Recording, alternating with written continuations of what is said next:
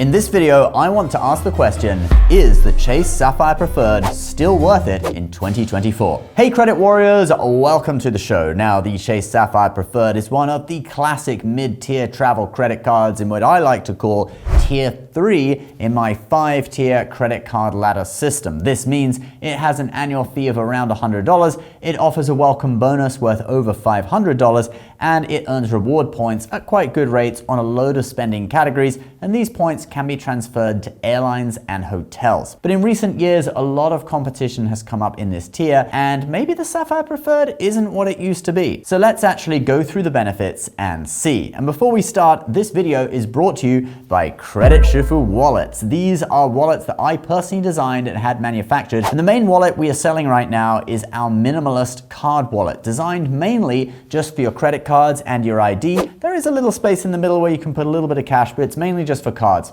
Do click the link below after watching this video to check them out. So first of all, how do you get the Chase Sapphire Preferred? Well, I would recommend a credit score of around 700 to get approved. Chase also likes to see a year of credit history for all of their cards except their Freedom Rise card, which is specifically designed for building credit. And the minimum credit limit on the Sapphire Preferred is $5,000, so it will help if you have other cards with similar limits on your credit report, although this isn't essential. Then there is also the 524 rule from Chase, which states that if you have opened 5 or more personal credit cards in the past 24 months, which is 4 years, from any bank, you can't open a new Chase card. We've seen this rule relaxed somewhat with co-branded cards like the Southwest Airlines cards or hotel cards from Chase, but for their ultimate rewards earning cards, their main bread and butter, it seems to still be in place. So make sure that you are under 524, i.e. you have opened less than 5 new personal credit card accounts in the past 2 years. Chase also has the 230 rule, which says that you can only get approved for 2 credit cards in 30 days.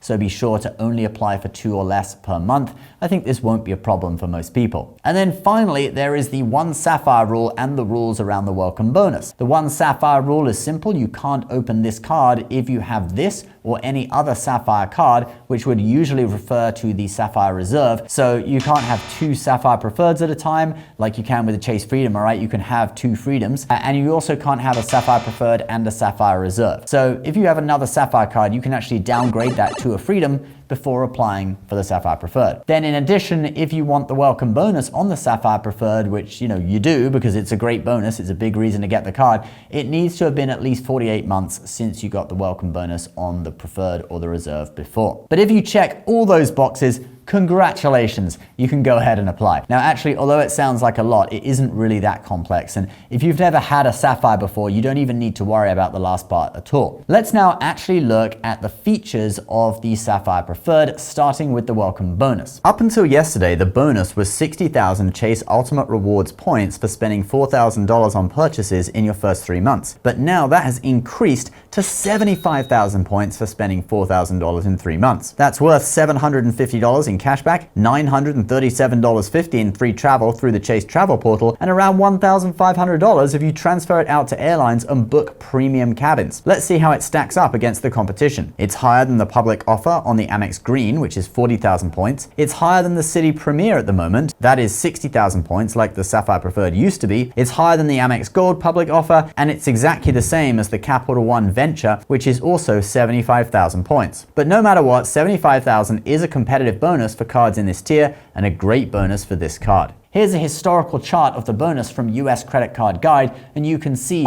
that it's been up to 80,000 points 4 times in the past few years and up to 100,000 points once. They often do this in the summer. Do I think it's going to happen this summer? Well, it is possible, but the consensus seems to be that it won't, okay? The economy isn't doing as well as it was a few years ago. There's less stimulus money going around, and Chase might not do it, but you never know. All right, let's now look at earning points on the card. Earn 5x points per dollar total on travel purchased through the Chase travel portal. Earn 2 points per dollar on other travel purchases. Earn 3x points per dollar on dining, including eligible delivery services, takeout and dining out. Earn 3 points per dollar on online grocery purchases, excluding Target and Walmart and wholesale clubs. Earn 3 points per dollar on select streaming services. plus earn 1 point per dollar spent on all other purchases. Now, personally, I think the bonus categories are just slightly lacking on this card. I think a great way to fix it would be to give us 3 points per dollar on all grocery stores instead of just online grocery, and it would become much more competitive with cards like the City Premier, where you can get 3x on air travel and hotels, restaurants, gas, and supermarkets, which is the same as grocery. The Amex Green also gives you 3 points per dollar on travel, which beats the Sapphire's 2 points per dollar, and it also gives 3 points per dollar on dining, which matches the Sapphire Preferred. But the weird thing is the Sapphire Preferred doesn't even need to give you 3 points per dollar on dining, since Chase's Freedom cards, which have no annual fee, now give 3x on dining, and you can transfer your points over from there to the Sapphire Preferred. So what's the point of having that as a category on the Preferred when you already have it on the Freedom Flex and Freedom Unlimited? So I would make dining 1 point per dollar and give us 3x on grocery, and maybe bump travel up to 3x too. If you want a higher rate on grocery and dining actually, the Amex Gold gives 4 points per dollar on grocery and dining, but it has a higher annual fee of $250. So you have to either spend more or earn that value back through the credits on the Gold to make it better than the Sapphire Preferred. There are also some other benefits on the Preferred with Lyft, DoorDash, Instacart, and Peloton. In my opinion, these benefits aren't really important enough to talk about since it's only going to be certain people that benefit from them, so I'm putting them on screen now and you can pause the video if you want to read through them. Now, on the Sapphire Preferred, in addition to the points you earn, there's also a $50 annual travel credit for hotels booked through Chase Travel. This effectively cuts the annual fee more than in half, from $95 down to $45. And sometimes people say, yeah, but you have to have been planning to stay in a hotel anyway for it actually to be valuable. But I mean, guys, this is once per year. If you're interested in a travel credit card in the first place, I think you're gonna stay in a hotel at least once per year. In my opinion, this is a lot easier to use than the Lounge Buddy credit on the Amex Green and the dining credit and Uber credit on the Amex Gold, which are given to you in $10 per month increments. This is $50 once per year and done. Let's now move on to redeeming points. The big selling point of the Sapphire Preferred is the fact that it lets you redeem Chase points for 1.25 cents per point in value, which is a 25% boost. And on top of that, it gives you access to all of Chase's transfer partners. Now, if you're booking economy class flights or low to mid-range hotels, booking through the travel portal for 1.25 cents per point is usually better than transferring to an airline or hotel. This can be even more noticeable with certain brands. For example, the Points Guy values Marriott points at 0.85 cents per point, but I can book a Marriott hotel with Chase points for 1.25 cents per point in value. So in that case, using the travel portal is going to beat transferring the points to Marriott. Actually, let's show you an example of that. Check out this Courtyard by Marriott in Middletown, New York for $136 per night. If you book with points, it's 21,000 points, which is actually just 0.64 cents in value per point. And that's even less value than the average value the Points Guy quoted.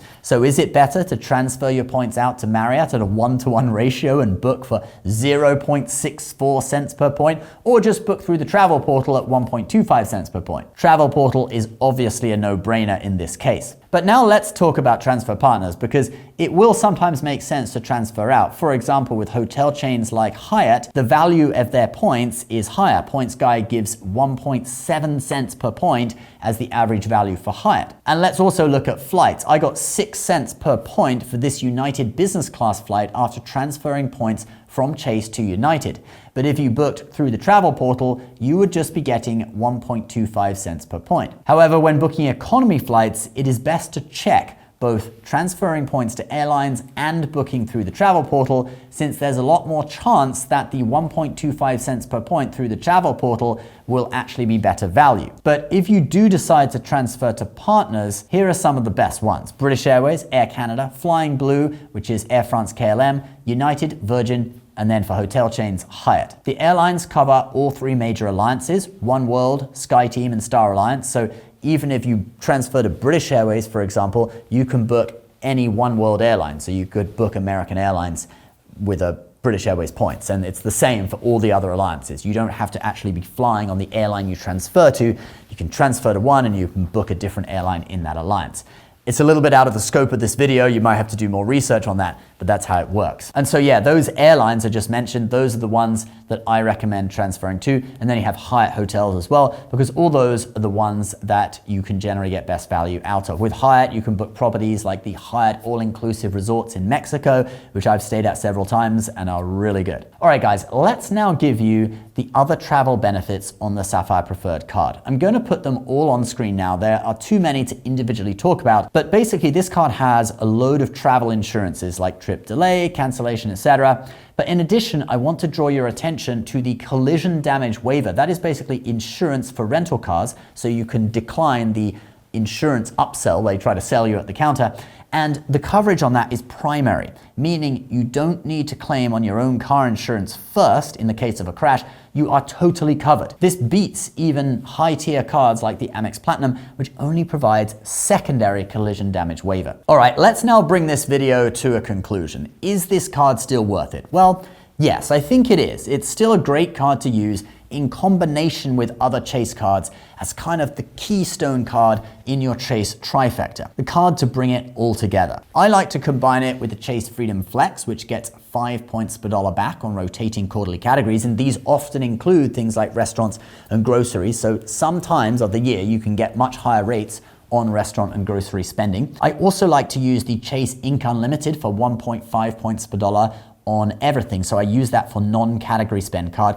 If you didn't want a business card, you could replace that with the Freedom Unlimited, which is also 1.5 points per dollar on everything. And then you can transfer those points over to the Sapphire Preferred, and you can get the increased value through the travel portal and the access to transfer partners, etc. The $50 hotel credit is simple, usable, and lowers the annual fee to $45 per year. So in all, I think the card does still offer good value. My main criticism is that this card is in a bit of a weird place right now in terms of the point earning categories. That could use some adjustment, but like we've shown you, using other no annual fee Chase cards to supplement the points earning is a way to get around it. Also, if you decide you want the Sapphire Reserve, this card offers an upgrade path to that card. So you could get this one first, and you could then upgrade to the Sapphire Reserve later on. Chase allows you to upgrade after 1 year. You don't get a welcome bonus when you upgrade, but you can't get a welcome bonus on another Sapphire card for 4 years anyway. So if you want it, you might as well use the upgrade route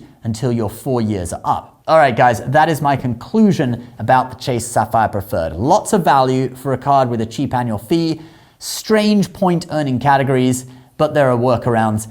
But do remember, there are a lot of other good options like all those cards we mentioned, the Amex Green, the Amex Gold, the City Premier, and the Capital One Venture. Those are pretty competitive with the Sapphire Preferred. However, if you are interested in this card, I will put the link for it down below for you to learn more about it. This is, of course, an affiliate link, and using our links does help us out, so we thank you very much if you do. I'll also put a link for the Chase Ink Unlimited, which is one of my favorites, and that's 1.5x on everything, and it has a 75,000 point welcome bonus right now. That is a business card, just so you know, but most people who are independent contractors should be eligible to get that. You do not need to set up a company. There's also a link down there for Credit Shifu wallets, the best card wallets out there on the market right now, or at least the most stylish. They're very reasonably priced, so do click in if you're interested. Thanks so much for watching, guys. Please subscribe if you're new, and we'll see you next time. Bye-bye.